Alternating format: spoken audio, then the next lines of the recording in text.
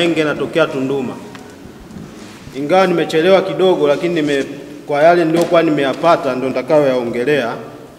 Mimi napenda sana kushukuru kwa kuitisha huu mkutano, ni mzuri sana na usiwe mwisho. Na nitaomba yale ambayo leo yataazimiwa na yatajibiwa, ningependekeza baada ya miezi mitatu tuje tupewe mrejesho kwa hayo ambayo tutakuwa tumeyazungumza hapa. Asante. Mimi cha kwanza, ushauri wangu, kwa sababu najua mkoa wetu ni mpya, ningependekeza shughuli zifanyike kutokana na mkoa ulivyokaa kijiografia, kwa sababu tunaona mkoa wetu ni wa biashara na kilimo. Kumbe tungeomba tuwe na vyuo vya biashara na kilimo. Elimu ni ya muhimu. Kingine, mimi nilikuwa naombi, sielewi kwa sababu mimi sijasoma, nimeshia darasa la 4. Lakini wataalamu waliangalie hili. Sisi pale Tunduma ni sehemu ya biashara, na sisi mashamba yetu ndio ile biashara. Sasa nilikuwa naombi, kwa sababu si pale tuna muingiliano upande wa Zambia na Tanzania.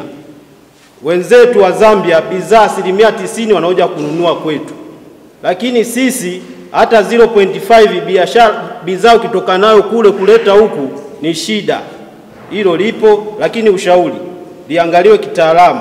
Kama iruhusiwi sisi wa pale kwenda kununua bidhaa kuleta huku, itabidi watupe majibu, hata kama sio leo tupate majibu yake. Lakini wa Zambia ndio wanatutegemea, bila wa Zambia ile boda pale isinge kuwepo. Alafu pili, kuna swala la, kwa sababu tumesema ni sehemu ya biashara, kuna zile barabara za kupita. Sasa unakuta mfumo mzima wa biashara ni formula. Mteja anakuja kununua mzigo ambapo duka liko wazi. Akikuta duka limefungwa, anamuulizia nani? Ina maana ilikuwa na maanisha zile barabara zimefungwa, zile za mpaka zile zimezibwa. Sasa mteja anavyokuja hapaki tena gari upande mwingine, alafu huko anakuja kwa miguu. Lakini hilo nadhani la kitaalamu, nadhani mtatujibu kitaalamu jinsi mnavyoelewa. Kingine, kuna swala la pale kama tulivyosema ni sehemu ya biashara. Sehemu ya biashara tunajua mtu kama unauza biashara halali ni lazima ufuate taratibu za kiserikali. Ulipe leseni, ulipe nini, kitu kinachotakiwa.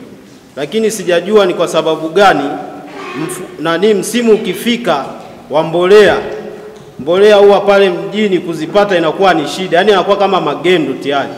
Sasa kama mbolea iruhusiwi kuuza pale, ni vizuri leo tukajua watu kwa yani mbolea iruhusiwi, inatakiwa labda tuwe tunaoja kununua huku Vwawa au Mlo. Kwenye hizi kodi tofauti, kwa nini watu wanakimbilia upande wa Zambia? Yaani tofauti ya sisi huku na wenzetu kule, wenzetu wa Zambia wana utaratibu, kodi nyingi. Kwa mfano kama ni halmashauri, wanaorodhesha kodi zote zinatozwa tozo moja. Yaani mfano sisi pale halmashauri unakuta unalipa leseni, sawa?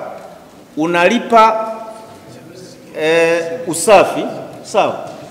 Unalipa service levy, unalipa zimamoto. Alafu sasa hizo tozo ni za halmashauri. Ukija upande wa TRA unakuta kuna masuala ya kodi ile mama. Sasa wafanyabiashara wengi kwa utafiti wangu nilivyoona wanashindwa kutofautisha jambo hili. Tozo na kodi ni kipi? Wanajumulisha kama zote zinachukuliwa kama ni kodi. Yaani unakuta wakati fulani wanaingia lawama sana TRA kwamba wana kodi kubwa, badala kutofautisha kwamba TRA ni wepi na kodi zao ni zipi na halmashauri ni wepi na kodi zao ni zipi. Kwa ombi langu ni kwamba ni vizuri semina hiyo inapita kwa kiasi kikubwa sana. Watu wa maofisini wapite kwenye haya masoko, wajaribu kuelimisha. Sisi ni watu wa halmashauri, tunajikita kwenye kodi hizi na hizi na hizi. Sisi ni watu wa TRA, tunajikita kwenye kodi hizi na hizi. Nashukuru kidogo at least watu wa TRA wanajaribu kupita sana. Wanajaribu kutoa semina kwamba sisi mipaka yetu ni hii na halmashauri mipaka yao ni hii. Sasa kingine unakuta cha ajabu, kwa mfano kwenye haya masoko kwamba usalama ni mdogo, kuna tabia watu wa zimamoto wamefika mahali wanafunga mpaka maduka ya watu. Unaelewa? Yaani mtu anakuambia usipolipa zimamoto unatakiwa ufunge duka. Sasa wafanyabiashara wengi wanachukulia tafsiri kwamba ni TRA. Unaelewa? Yaani neno TRA limebeba mzigo wa lawama kubwa sana pasipokuwa na elimu kwa wafanyabiashara kwamba TRA wanajihusisha na lipi na hawa wanajihusisha na lipi. Kwa hiyo ombi langu ni kwamba kwenye hili ni vizuri watu wa maofisini wapite, hasa watu wa halmashauri watembee sana kwenye haya masoko. Kuna changamoto nyingi sana kule, na hata wafanyabiashara wengi wanafunga maduka kwa sababu unakuta mtu duka na mtaji wa milioni 5 anatakiwa alipe zimamoto, anatakiwa alipe usafi kila mwezi, anatakiwa alipe leseni, anatakiwa alipe mapato. Sasa ukipiga hesabu ile ofisi yake ukijumulisha kwa mwaka, unakuta ni kiasi theruthi ndogo inakaribiana na ule mtaji alionao kwa ujumla. Sasa unakuta yeye mwenyewe anaona ni afadhali niende nikafungue biashara upande wa pili. Na kinachotuuma sisi ambao tunajaribu kutoa ushauri ni wazalendo, hawa wafanya biashara wanaofanya biashara upande wa Zambia tunaishi nao sisi upande wa Tanzania, si ndivyo jamani? Sisi tunalipa kodi, wanatembea kwenye barabara ambazo tumeipa kodi sisi, si ndivyo jamani? Wanasomesha shule ambazo sisi tumelipa kodi, na sisi ni wadau wakubwa, lakini mzigo unatuelemea sisi ambao tuko upande huu. Na sisi hatuwezi kwenda Zambia kwa sababu ni wazalendo, si ndivyo jamani? Tunajaribu kueleza haya yafanyiwe kazi, kwa maana kwamba ili tuwe wafanyabiashara wengi. Ukipita kwenye soko letu lile la Manzizi, sisi kuna mwaka fulani tuliitisha mkutano, tukawaambia kwenye soko hili unakuta kuna maduka zaidi ya 600 au 700. Tunaomba kama hamgundui tatizo, ikiwezekana muongee na hawa wenye nyumba. Wenye nyumba waongee na wafanyabiashara, kwa nini mnafunga maduka? Sawa, kama hamwezi kuongea na mfanyabiashara moja moja, ongeeni na wenye nyumba, kwamba nyinyi wenye nyumba, kwa nini wafanyabiashara wanaondoka kwenye hizi nyumba zenu? Mtapata kujua tatizo ni nini. Lakini kama hamwezi kujua hilo, unakuta wafanyabiashara wanaenda kule, na sisi unakuta tunaumia sana ambao tunalipa kodi upande wa huku. Wenzetu kule wanalala huku, ulinzi wanalindwa huku, huduma zote wanapata huku, lakini biashara wanafanyia Zambia. Sasa hatuwezi tukasema na sisi twende kule tunaonekana sio hatuna uzalendo. Sisi tunasema tutafia Tanzania ambako ni wa Tanzania, lakini haya tunaozungumza tunaombeni muwe mnatoka maofisini mnapita kwenye haya masoko. Jacob John ni kaimu meneja wa TRA. Nazungumzia hoja ya Bwana Emmanuel Kasim Mahenge kuhusu ugumu wa kufanya biashara Tunduma kule mpakani, hasa baada ya barabara ambazo sio rasmi kufungwa, kupunguzwa vipenyo vile. Naamini lile lilifanyika kwa busara na umakini wa kamati yetu ya ulinzi na usalama ya mkoa. Waliona kwamba zile barabara tunazoita chocho, maarufu kwa jina la chocho, baada ya kamati yetu makini ya ulinzi na usalama ya mkoa kuona kwamba zinatumika ndivyo sivyo kupitisha mali nyingi za magendo kwa kutumia vyombo vikubwa vya moto, iliamuliwa zifungwe kwa kuwekwa vizuizi, ziweze kutumika tu kwa miguu labda na vyombo vidogo kama pikipiki na baiskeli. Kwa hiyo ili tuweze kutumia njia rasmi ya pale customs kwenye kupitisha mizigo yetu ya kibiashara kuingia na kutoka upande wa nchi jirani ya Zambia. Kwa hiyo ilikuwa ni busara ya kamati yetu ya ulinzi na usalama, na naamini ilikuwa ni jambo sahihi. Kwa sisi wafanyabiashara bado tunashauriwa, ni njia njema kufanya biashara kupita pale boda. Kwa mizigo midogo kwa wafanyabiashara wadogo kuna taratibu za kufast track, kuharakisha upitaji, na huduma za taasisi zote za serikali ziko ndani ya lile jengo moja OSPP. Manager wa customs pale, msaidizi wa mkuu wa customs yupo. Tujitahidi tupite kwenye njia ambazo ni rasmi, njia ile ya pale. Kwa wakubwa utapita, kwa mdogo utapita, huduma zote ziko ndani ya jengo moja, ili tutoe mchango wetu kwa serikali bila matatizo. Kuna swala la alilouliza Bwana Peter Mwamboneke, amezungumzia swala la mfanyabiashara ambaye ana kiwanda Dar es Salaam na alikuwa na store Tunduma, lakini anaona ugumu wa anasema kuna ugumu wa kusumbuliwa kuuliziwa risiti kwa wateja wake, aidha wa ndani au wa nje, wanaponunua bidhaa kutoka kwake, biashara ya vitenge. Jamani, mustakabala wa kuchangia mapato ya taifa ni wa wote. Kwa hiyo swala la mamlaka ya kodi TRA kuuliza risiti pale unapokuwa na mzigo, unakuwa na kaguzi zetu za kushtukiza, sio kila siku. Kwa hiyo ni vizuri mtu kwenye kununua uhakikishe umechukua risiti halali. Ukiulizwa risiti kweli iendane na mzigo, na utaratibu nuo ambao viongozi wetu kuanzia ngazi ya taifa mpaka wilaya chini humu wanazungumza. Ukinunua dai receipt, ukiuza toa receipt. Hilo ndo kubwa tunaloomba kwenu nyinyi wafanyabiashara na walipa kodi wa mkoa huu na wananchi kwa jumla, kwamba jamani, tujitahidi kudai risiti tunaponunua na tunapouza tutoe hizo risiti. Ukikutana na afisa wa TRA akiuliza, onyesha, mambo yanakwenda. Huo ndio utaratibu unaotakikana. Sijui huyo mwenye hiyo depo hapa alifunga kosa ya kuulizwa risiti au, lakini mhusika wa TCCI kule unaweza ukaja ofisini kwetu tukalijadili kwamba ni kweli ni kikwazo hicho au kuna zaidi ya hapo, ili tuone ni namna gani anasaidika na kuhakikisha kweli anafanya biashara bila usumbufu wote. Kama kuna la ziada zaidi ya hapo labda, lakini kwa kaguzi zipo na zitaendelea, kwa sababu ndio uwepo wetu kukagua kweli risiti zinatoka na kodi ya serikali inapatikana. Amezungumzia pia swala la export tax, kwamba ukipita pale kwenye ofisi ya OSBP unaambiwa uchangie kidogo. Kwa hizi biashara zote ukiacha ngozi, kwa sheria hizi za kwetu za customs, sidhani kama kuna biashara yoyote inahitaji kutoa export tax. Kwa hiyo kwa hili pia nitaomba ufafanuzi zaidi, hii ya kuchangia kidogo hapo customs, mtu anapotoa mzigo kwenda upande wa pili inakuwaje? Kutoka kwa Bwana Peter Mwamboneka. Kwa sisi exports hazina kodi, ni kwenye ngozi tu.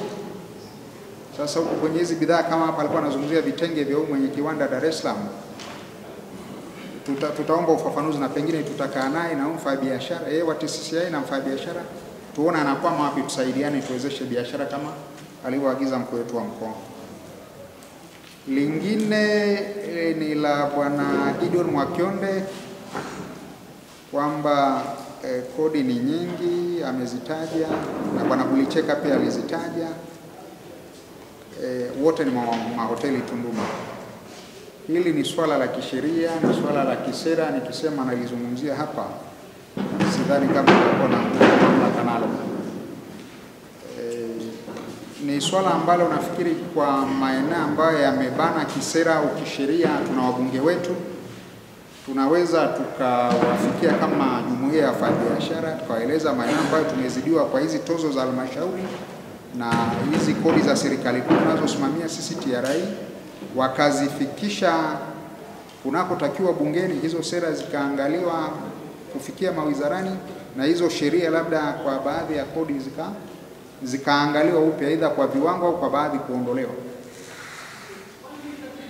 Na swala la Bwana Makionde pia alizungumzia swala la baadhi ya washauri wa kodi kutokuwa na uwezo mzuri wa kuwashauri wafanyabiashara na hivyo kuwaingiza labda kwenye adhabu na kwenye adhabu mbalimbali. Ni kweli hilo linawezekana. Tunawasajili sisi hao washauri, anawasajili kamishna wa kodi za ndani baada ya mchujo na vyeti kwa mujibu wa sheria, lakini wakati mwingine unapomchuja mtu kwa vyeti na sheria, ushauri wangu hapo ni kwamba panapowezekana, kabla ya kumchukua mshauri wa kodi, ni vizuri nawe ukafanya sort of window shopping. Unauliza kwa wafanyabiashara wenzako wazoefu kwamba anahitaji kumpata mshauri wa kodi, jamani, pengine ni yupi ambaye mnamsikia ni mzuri, anafanya vizuri, kama unaponunua bidhaa nyingine yoyote au huduma nyingine yoyote, basi mnashauriana, kwa sababu mko wengi. Kuna hivi vyama TCCI nani nao wanaweza wakashiriki katika kuangalia, jamani, ni nani ambaye yuko competent enough kwa hiyo ukienda kwake, au hata TCCI. Nakumbuka kuna wakati mwenyekiti mlitaka kujiorganize angalau na mchague watu wazuri, mwakisho wamekuwa VUAWA Tunduma wapi, sijajua lilikuja kuishia wapi, lakini ingekuwa pia ni njia ya kuwasaidia wafanyabiashara na walipa kodi wetu wasiumizwe na baadhi ambao sio competent enough. kama bado mtakuwa mnalifanyia kazi. Ya kwangu ni hayo tu, mwenyekiti. Mheshimiwa Mkuu. Wafanyabiashara wengi tena wa Kitanzania hususan wa Tunduma wamehamia upande wa pili kufanya biashara nchi jirani. Nikasema hilo ndio vizuri nikutane nao, tujadili kwa pamoja tatizo ni nini, kwa nini wameenda nchi jirani. Ingawa hata nchi jirani ni marafiki zetu, lakini kwa nini tusifanyie katika maeneo yetu? Kuna changamoto gani ambao haizungumziki, haijadiliki? Mimi napenda kwamba ni majadiliano pande zote mbili, sio kuorozesha tu tuna changamoto moja na mapendekezo. Ili kuiondoa hiyo changamoto, nyinyi mna fikra gani? Alafu tujadiliane katika yale mapendekezo yenu nayo yatoa.